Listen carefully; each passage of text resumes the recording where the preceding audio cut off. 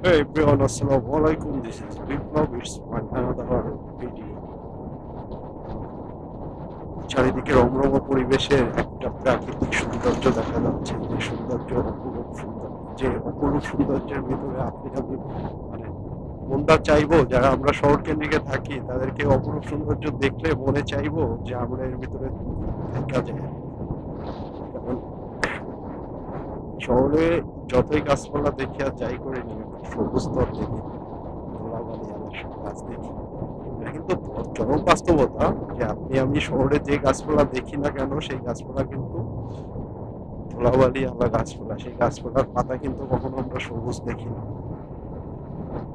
গ্রাম্য পরিবেশটা অন্যরকম একটা অনুভূতির নাম, আর এই অনুভূতি যদি আপনি পেতে চান তাহলে অবশ্যই আপনাকে গ্রামে বসবাস করতে হবে, কারণ গ্রামে বাস না করলে আপনি এই অনুভূতিটাই পাবেন না। রাস্তার দিকে তাকাইলে এই যে সবুজ গাছপালা দেখলে মানে মনটা ভালো হয়ে যাচ্ছে।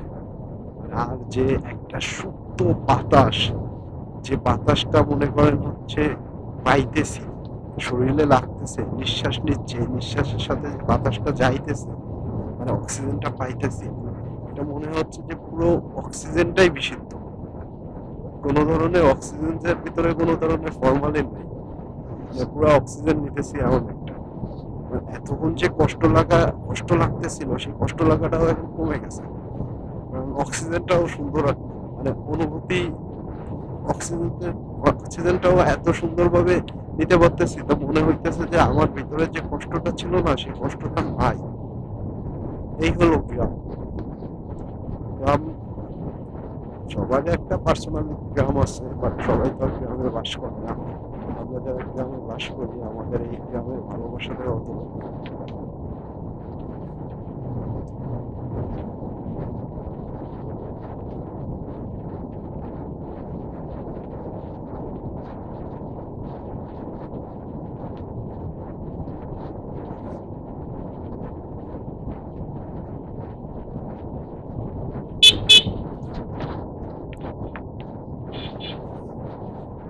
এই যে কিছুদিন আগে আমি একটা ভিডিও আপলোড করছিলাম ইফতারি, ইফতারি সবাই মিলে একসাথে করতে একটা মজাই আলাদা। তো এই যে গ্রামে যদি না হইতাম বা গ্রামে যদি না থাকতাম তাহলে তো এই জিনিসটা বুঝতাম না।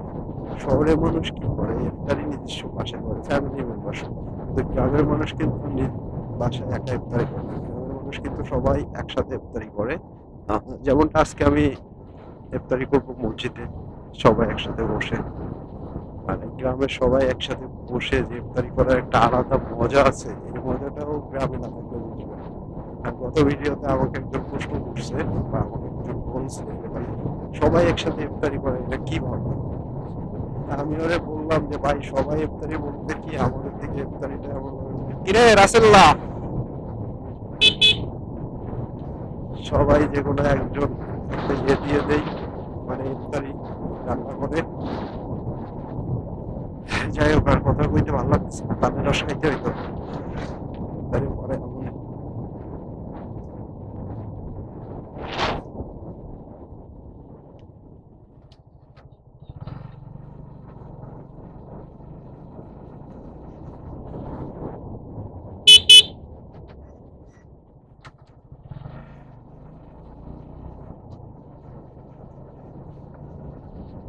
এটা হলো আমাদের সেই প্রিয় স্কুল, যে স্কুল অ্যান্ড কলেজ, যদিও কত বছর আসা পড়ে না,